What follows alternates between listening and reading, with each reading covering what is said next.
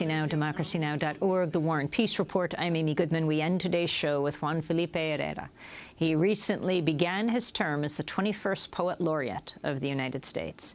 A son of Mexican migrant workers, Herrera is the first Latino Poet Laureate of the United States. He writes in both English and Spanish. His work has been celebrated over the past 4 decades for its energy, humor, emotion, and ability to capture the consciousness of a cross-section of America.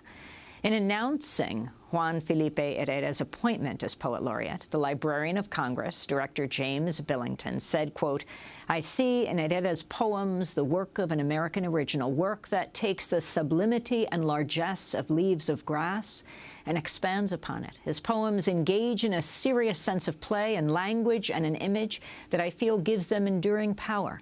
I see how they champion voices and traditions and histories, as well as a cultural perspective, which is a vital part of our larger American identity." Juan Felipe Herrera is the author of 28 books, including 187 Reasons Mexicanos Can't Cross the Border, and most recently, Notes on the Assemblage. He's a past winner of the National Book Critics Circle Award and the International Latino Book Award, and joins us now in studio. Juan Felipe Herrera, congratulations and welcome to Democracy Now! Well, thank you so much. It's a great honor to be here. What does it mean to become the Poet Laureate of the United States? Well, you know, it means a lot. It means my whole life. It means the life of many generations of Latinos in this country, and all the writing that we have done for so many years and centuries. Tell me about your family, where you come from, where your parents came from. Well, you know, my family, my father came from Chihuahua back in the late 1800s. He crossed the border when he was 14, probably in 1898. He was born in 1882. He was always a laborer, a farm worker throughout his whole life, and a great storyteller and a great pioneer. My mother came from Mexico City, from the barrio of Tepito, one of the poorest barrios, right after the Mexican Revolution, and with my grandmother and my aunt and my uncles that came before her to join the army in Fort Bliss. And she wanted to be a dancer and a poet and a singer, but being that traditional tight world, she was kept back from doing that. So she instilled all that in me, and always kept her spirit. And where were you born? I was born in Fowler, California. I'm a son of farm workers, like I mentioned, and I was born in next to Fresno, the San Joaquin Valley of California. You have talked about what it's like to live as an outlaw and brown in America. I have talked about that, yes. Being an outlaw for me means, being on the margin and working with other artists and community members to bring about change in that manner. And so that's what I've done with many people. It's been beautiful, that part of the social changes and cultural movements of the 60s, 70s to the present, and to be active to honor our communities and to work with our communities, and particularly through the word and stories and poetry and inspiration and change. You've also said growing up in a migrant family is living in literature every day. Yes, it is. Yes, it is, because it's all about storytelling. It's about telling our stories and our songs and our riddles and our sayings and proverbs. And that's what it is. And it's rich, very rich. I wanted to go to a clip from 1973 when you performed at the Festival de Flor y Canto de Aztlán. This is Juan Felipe Herrera's poem, "Let Us Gather in a Flourishing Way." Let us gather in a flourishing way, with sun-loose grains, abriendo los cantos que cargamos cada día. En el young pasto nuestro cuerpo, para regalar y dar feliz perlas, pearls of corn flowing, árboles de vida en las 4 esquinas. Let us gather in a flourishing way, contentos, llenos de fuerza, tu vida, giving nacimientos to fragrant ríos, dulces, frescos, verdes, turquoise, strong, que sí. Let us gather in a flourishing way, carne de nuestros hijos, hijas, rainbows, en la luz y en la carne of our heart to toil, tranquilos. In fields of blossoms, juntos to stretch los brazos, tranquilos with the rain en la mañana, temprana estrella on our forehead. Cielo de calor and wisdom to meet us where we toil, siempre in the garden of our struggle, in the garden of our joy.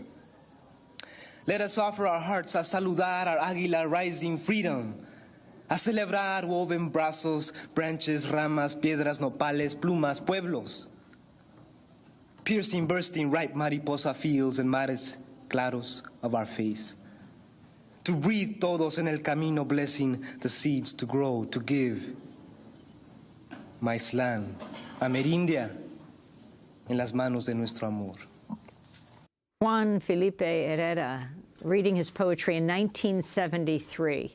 Your hair has grown shorter, but how has your work changed over the decades? Well, you know, I haven't really left that spirit and the bilingual spirit and poetry for all people and our people and for poetry for our communities. Well, it's changed because, you know, I've had everything changes and I have new experiences and I've seen new things happen and people come to me and tell me their stories and certain things have become more pronounced through time. Talk about speaking in English and Spanish, writing in English and Spanish.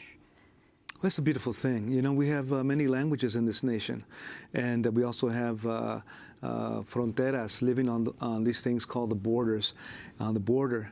And that's where poetry gets reinvented and language gets reinvented. And this is part of the Chicano Latino movement of the late 60s, post-civil rights. And it was about opening our lives and our life, how we live and how we speak and what we see and our experience and our culture. So that's what that is.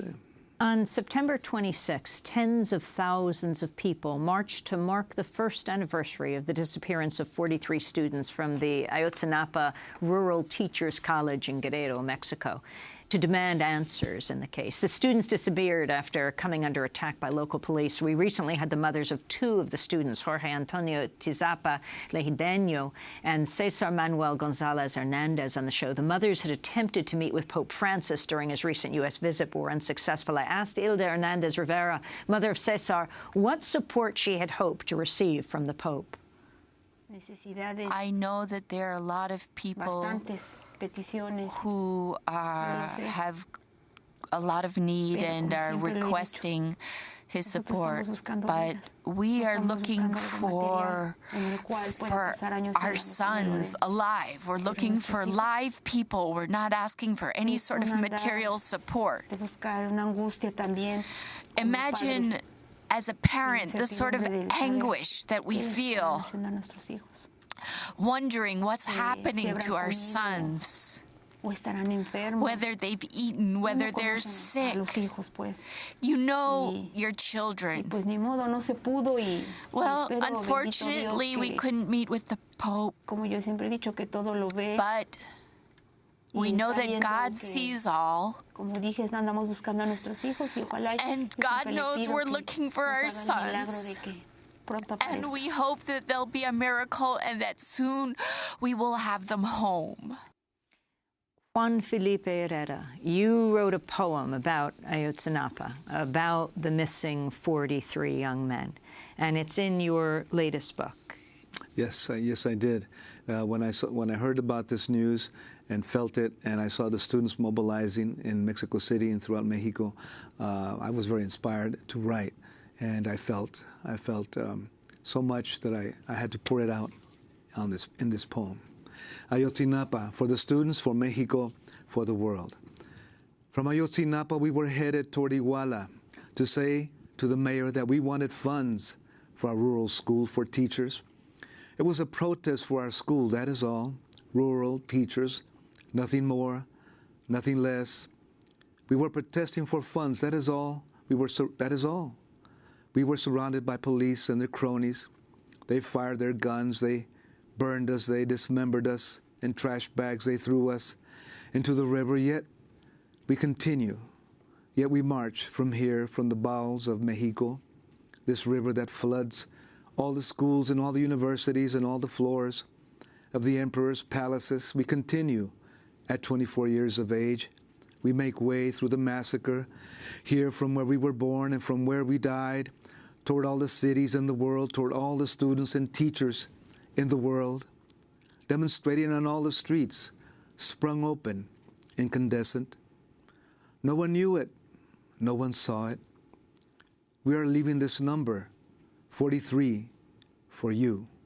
Because there were 43 of us. We are not disposable. Ayotzinapa from Ayotzinapa. Notes on Assemblage. Explain this book. This book? That you put together. Well, you know, I had put together another book that after a year of writing it, it just fell apart. It just didn't have what I really wanted in it. It was really, it wasn't speaking. I had words on paper. This one came about because I did put together, it is an assemblage. I had written about things that were taking place that were violent, that were terrible, that happened during the last 2 years. And I had to write and respond to those things and the people and hopefully send them these materials. What does it mean to be Poet Laureate? What will you do? It means I have a national scope and international scope. And what I want to do is invite everybody to speak, to say, to express themselves, whatever they want to say, whatever's deep and meaningful to them, and to enter it into Casa de Colores, House of Colors, which is on the website of the Library of Congress, so I can put out those words for everyone to see. So it's writing, speaking, and then taking it out once again into the public's eye. Your comments on presidential candidate Donald Trump saying that all 11 million undocumented immigrants in this country should be deported? Well, you know, it's not a good thing. It's not a good thing to, and this is just in general for sure, it's not a good thing to bring about more division. You know, from my experience, from my family's experience, from the experience of the communities that I know and visit throughout the United States, we work very hard, and we live and die in those fields. And we need support, resources, education, more educational resources, and not those kind of comments. I want to thank you so much. Juan Felipe Herrera recently became the first Latino U.S. Poet Laureate.